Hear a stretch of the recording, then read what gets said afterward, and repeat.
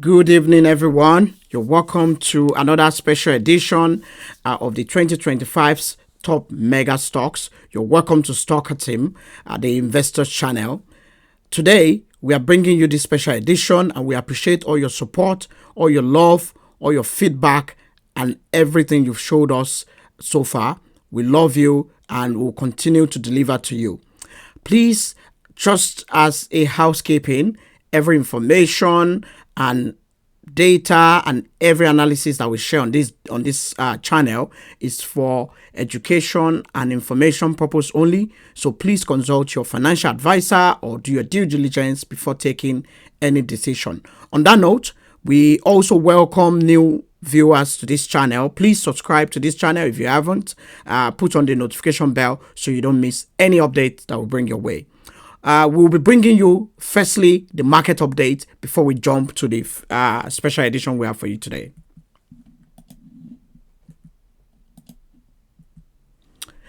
So, the S&P 500 is still under pressure. The S&P 500, which is the indices that actually determines how the market is performing, especially the biggest companies quoted on Wall Street, is now down by about 2% year to date. Nasdaq also lost about 2% year to date as well.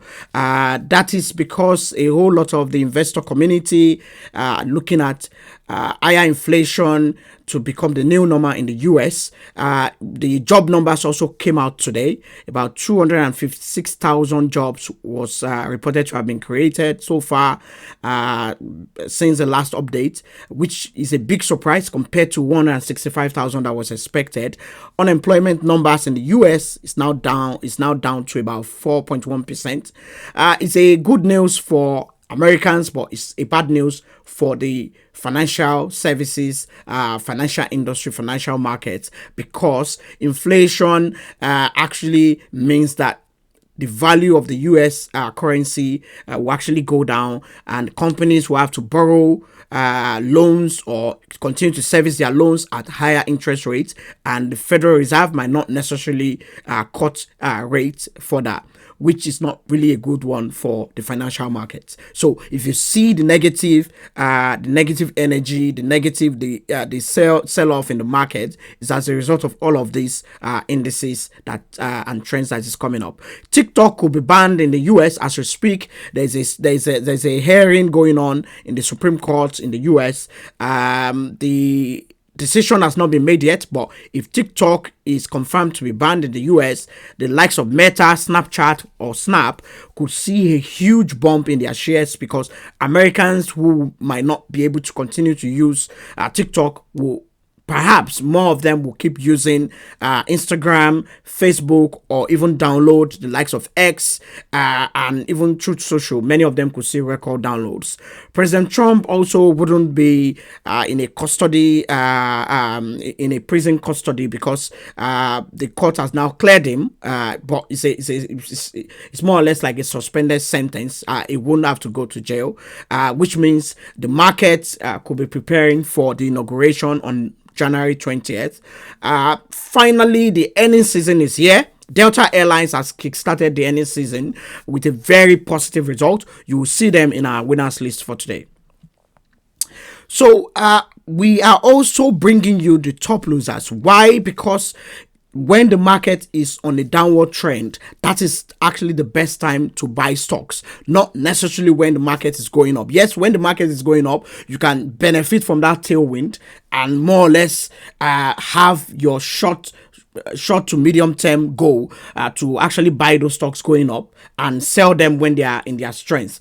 But when the market is actually going down, that's actually, as an investor, the best time to shop and look at stocks that are now at a bargain price. And that's the best time to invest. For me, that's what I've been doing. That's what actually works. The likes of Warren Buffett, they don't necessarily buy stocks when they are going up. They buy them when they are cheap.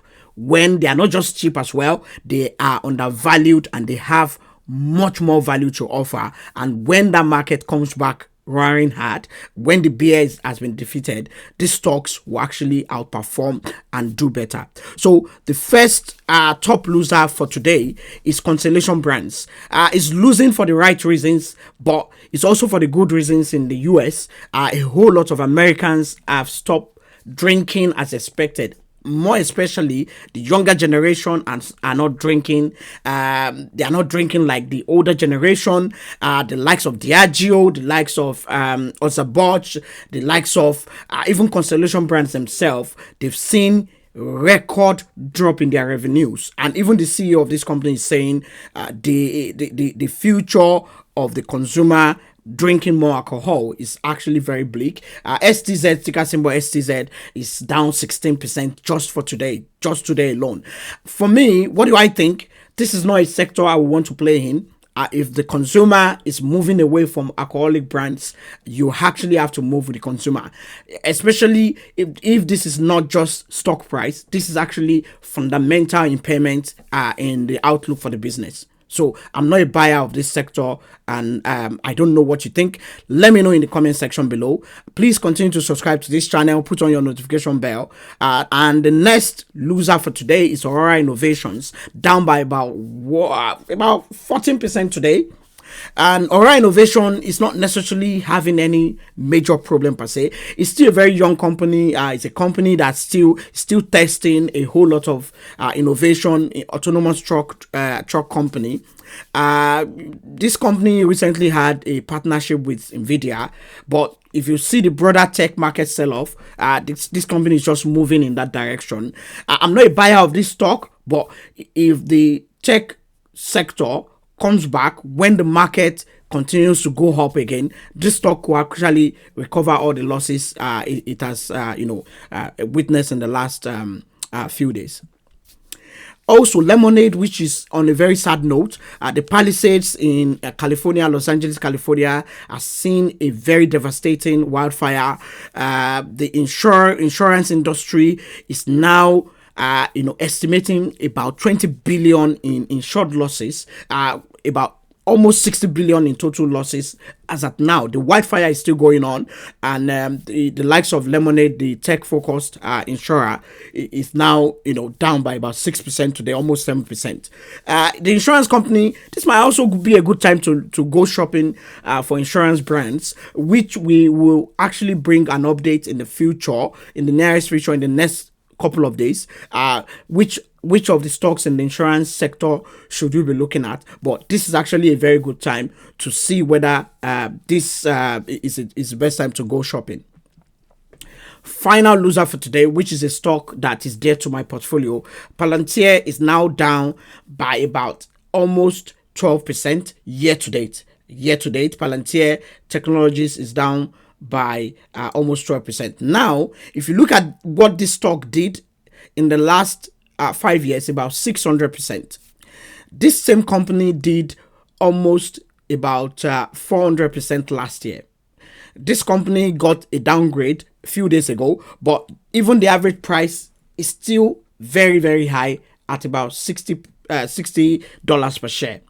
This stock is also reacting to the broader market pullback in the tech sector. If you see what the Nasdaq is doing, it's almost likely correlated with what Palantir is doing in terms of pulling back. I'm still a buyer of Palantir. I continue to buy as this stock keeps coming down. When the market comes back, Palantir is likely to go back to 80 and move towards 100. So it's a loser today, but it's not going to continue for so long. On that note, we'll bring you the winners for today. The winners for today are actually companies that are winning for the right reasons. Constellation Energy is different from Constellation Brands. It's now the largest provider of clean energy in the US. They've concluded the acquisition of Calpine for $30 billion. We brought you that update before yesterday's closure of the market. This company has a tailwind that is going to ride on, and just today alone, this stock went up by about 25%. The AI industry is power hungry. This company is now positioned to be the one to build the nuclear energy, the clean energy that is going to propel this industry, this AI industry, for the power they need. So Constellation Energy Corporation is a company I'm going to own very soon. I will announce when I'm done with that. Delta Airlines, one of the most remarkable company in the aviation industry, has opened the earnings season coming up with a better than expected result on the top and bottom line. Delta Airline is way customer focused. They execute better. The cost structure of the company is very, very good. Today alone, Delta Airlines is now up by about 9%, and it's a tailwind for the JETS ETF that covers the entire ecosystem. I talked about the JETS ETF. So if you don't necessarily want to buy one airline, you can actually buy the JETS ETF, which gives you access to all the major airlines in the US and also some global aviation carriers. The JETS ETF is something I'm also eyeing instead of just buying one airline, because I want to benefit from the tail end. Finally, Sweet Green. Sweet Green got an upgrade today. Sweet Green is now having an average price target about $49 from Citi. Sweet Green is continuing on its execution. This company has done remarkably well since last year, almost about 400%, and today the stock is up by 5%. A whole lot of Americans believe they want to eat healthy, they want to drink alcohol less, they want to exercise, they want to lose weight. Sweet Green is just right at the center of that culture that is really becoming a thing in America. I own Sweet Green, and it's a buy for me. Now, welcome to today's edition. We did the part 1. I'm going to drop the link in the comments section below. The part 1 of this episode, we actually recommended some of the top mega stocks to own in 2025. We said these companies, they have history of execution, history of record return to shareholders. Many of them don't just pay dividends, they actually do buybacks, and we explain what buybacks is. Buybacks is when these companies have a lot of cash at hand. Instead of just paying dividends with it that you get double taxed, they buy back their shares in record numbers. Last year alone, Apple announced a $150 billion buyback program, and that buyback program has seen Apple stock doing at least 30% last year. Apple is likely to continue to announce buybacks. So these companies that we are recommending, we are not just recommending them because they are the popular names. We are recommending them that they will continue to deliver for you, your portfolio, and they make you happy over time because they have what it takes. They have record cash on their portfolio. And on this note, we are bringing you the part 2, which is the final episode of this special program. Please continue to subscribe to our channel. If you are watching us for the first time, put on notification bell so that you don't miss any of these special stock picks that will bring your way. Number 1 for today in the second part is Microsoft, productivity and cloud enterprise powerhouse. They have huge cash reserves. They can fund any growth.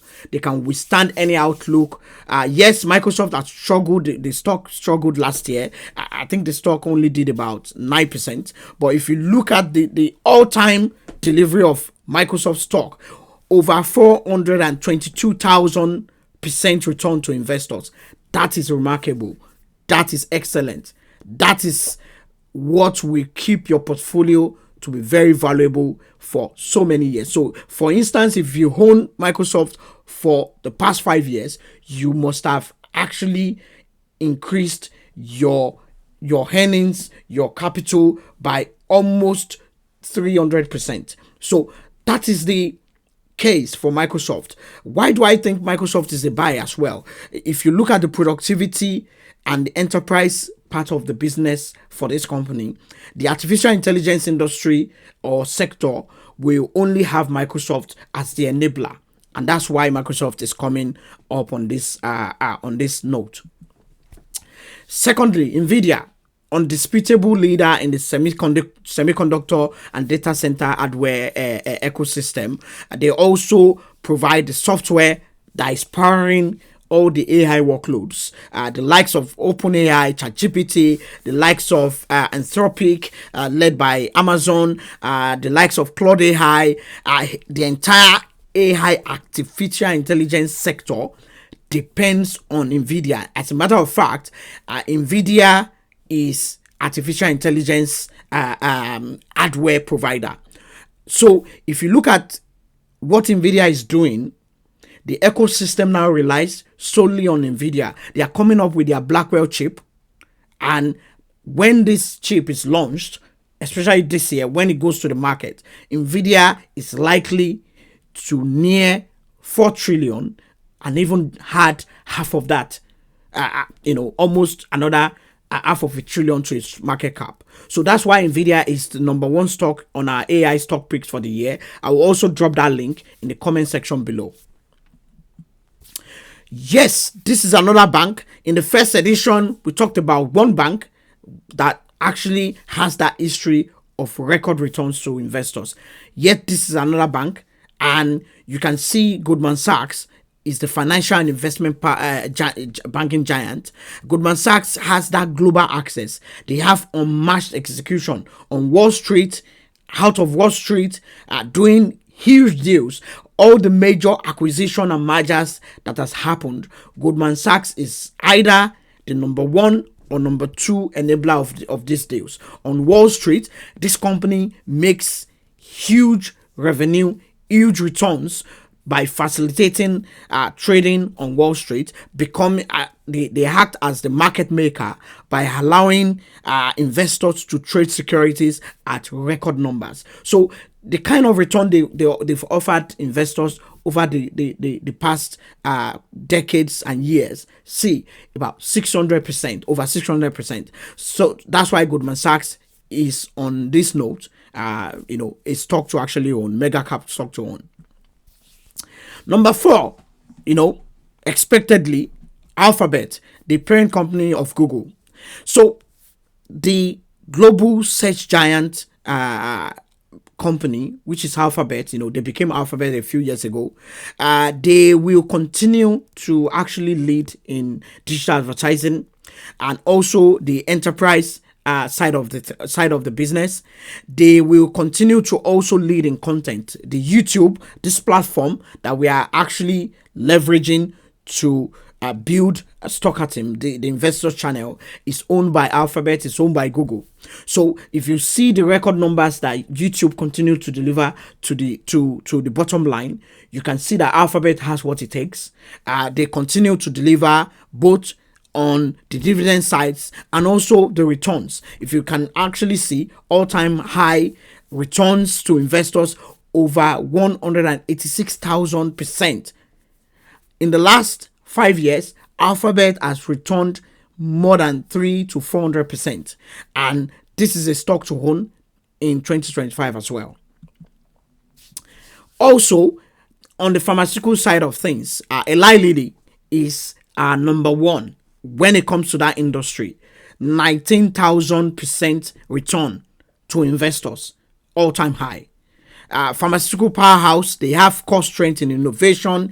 They have the ability to go to market faster than anyone. So if you hear of the Ozempic revolution, the Wegovy, the culture of losing weight, becoming healthier in the US, Eli Lilly is at the top of it. Last year, this stock did well over 100%.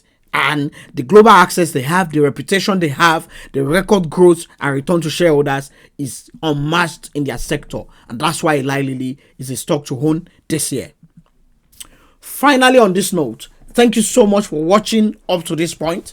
Oracle actually kickstarted that era of building databases, powering databases, orchestrating databases and enterprise software for the global sectors, the global companies, companies who want to execute and orchestrate their business, enter new markets.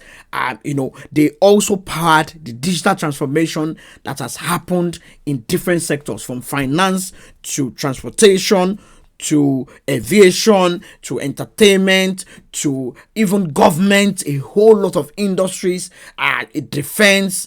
Oracle is actually that database provider. If you see the return to investors, all-time return over 222,000%.